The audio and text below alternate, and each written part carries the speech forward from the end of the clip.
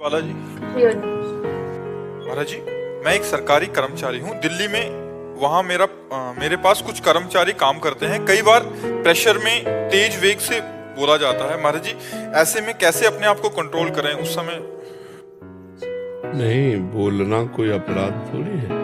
अगर अपने अनुयायियों को शासन में लेकर हम जो कार्य प्रणाली को ठीक कराते हैं, फिर कोई अपराध थोड़ी है। ये तो करना ही पड़ेगा।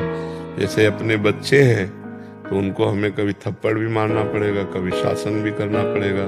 जैसे अपने शिष्य हैं तो कभी उनको शासन में लेना पड़ेगा। ऐसे अपना पद है और 10-20 लोग अपने, 50 लोग, 100 लोग अपने अनुयायी हैं, जिससे हम उस कार्य प्रणाली को ठीक से करा पाते हैं। तो उनमें जो प्रमाद करेगा तो उसको डांटना ही पड़ेगा, क्रोध करना पड़ेगा।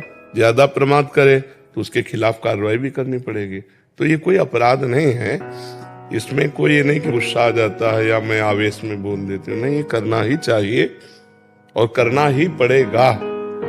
अगर गुरु कहे कि मैं शिष्य को कभी डांटूंगा नहीं, टीचर कहे मैं विद्यार्थी को कभी डांटूंगा नहीं, माता पिता कहे पुत्र को नहीं डांटूंगा, तो बिना शासन के इनकी जीवनी व्यर्थ हो जाएगी। इनका जीवन सचिव वैद्य गुरु तीन जो प्रिय बोले भयास, राज धर्म तन तीन कर होय बेगही नाश। अगर गुरु शिष्य की प्रियता बोलता रहे और डॉक्टर मरीज के अनुकूल चलता रहे और मंत्री राजा के अनुकूल चलता रहे तो राज्य का नाश हो जाएगा, शरीर का नाश हो जाएगा, शिष्यता का नाश हो जाएगा। उसमें शासन की जरूरत होती है। अब हम रहे चाहे ना रहे, हमारा भय रहेगा सबको। यहाँ वाले पुलिस मैन जो है चोर से कहे तुम्हारे हाथ जोड़ता हूँ, पैर छूता हूँ, चोरी मत किया करो, बुरा आचरण है, वो मानेगा? अब वो सोचे कि यार डंडा मारना अपराध है, तो ऐसा नहीं है। डर जरूरी है। डर जरूरी। बिना भगवान के डर के और बिना धर्म के डर के और बिना शासन के डर के अभी राक्षसी भाव का तांडव हो जाए। डर है, डर है, तुम्हें भी डर है। कानून के खिलाफ करेंगे, डंडा बजेगा, आजीवन कारावास मिलेगा, ज्यादा गलती हो गई तो फांसी मिलेगी। बिना डर के अंदर एक राक्षस बैठा हुआ है, हम सबके अंदर। सुमति कुमति सबके उर राही, नाथ पुराण निगम अस्काए। अगर वो राक्षस चुप है तो डर के कारण चुप है। समाज का डर, भगवान का डर, गुरु का डर, शास्त्र का डर और ये कानून का डर। अगर ये डर है तो समाज डर के सुरक्षित है। और अगर डर ना हो तो अभी तांडव मच जाए राक्षसी। डर की भी सीमा तो नहीं कह सकते। तो अपराध की भी सीमा नहीं है ना। अपराध की सीमा है क्या? तो इसलिए डर की सीमा नहीं रखी गई कि तुम जितना बड़ा अपराध सोचोगे उतना बड़ा दंड आपके ऊपर विधान लागू हो जाएगा। पूरे संसार को गौर से देखो तो तुम्हें कर्मों का खेल दिखाई देगा।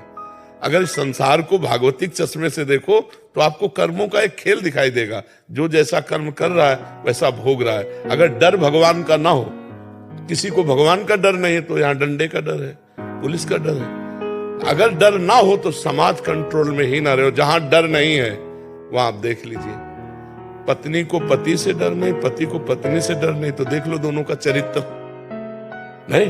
हाँ, तो ये तो चलता है। डर तो रहना ही चाहिए, डर रहना ही चाहिए। डर के बिना समाज सुव्यवस्थित नहीं रह सकती। जो परिकर आपके पास रहता है उनको तो हाथ के हाथ दंड दे देते हैं, और जैसे हम दूर रहते हैं और हमसे कोई दंड तो हो जाए तो हमें कैसे आपकी। अगर आप हमारे को समर्पित हो तो आप देखो तुम्हारे हृदय में जलन होती है कि नहीं। इनको तो बाहरी, तुम्हारे हृदय में इतनी जलन होगी कि मैं कैसे गुरुदेव के सामने जाऊं, मैं कैसे उनसे बात करूं। और बार बार हमारा चेहरा नाचेगा और यही आएगा कि मैं बहुत अपराधी हूं, मैं ये दंड नहीं मिल रहा, ये जलन हो रही। मैं आज से कसम खाती हूँ कभी ऐसा नहीं करूं। गुरुदेव मुझे क्षमा कर दो, भले हमारे सामने नहीं हूं लेकिन तुम एकांत में क्षमा मांगोगे। गुरुदेव मुझे क्षमा कर दो, मैं आज से गलती नहीं करूंगी। तब हृदय में शांति होगी। नहीं, बाहरी जलन से ज्यादा आंतरिक जलन आपको सताएगी। गुरु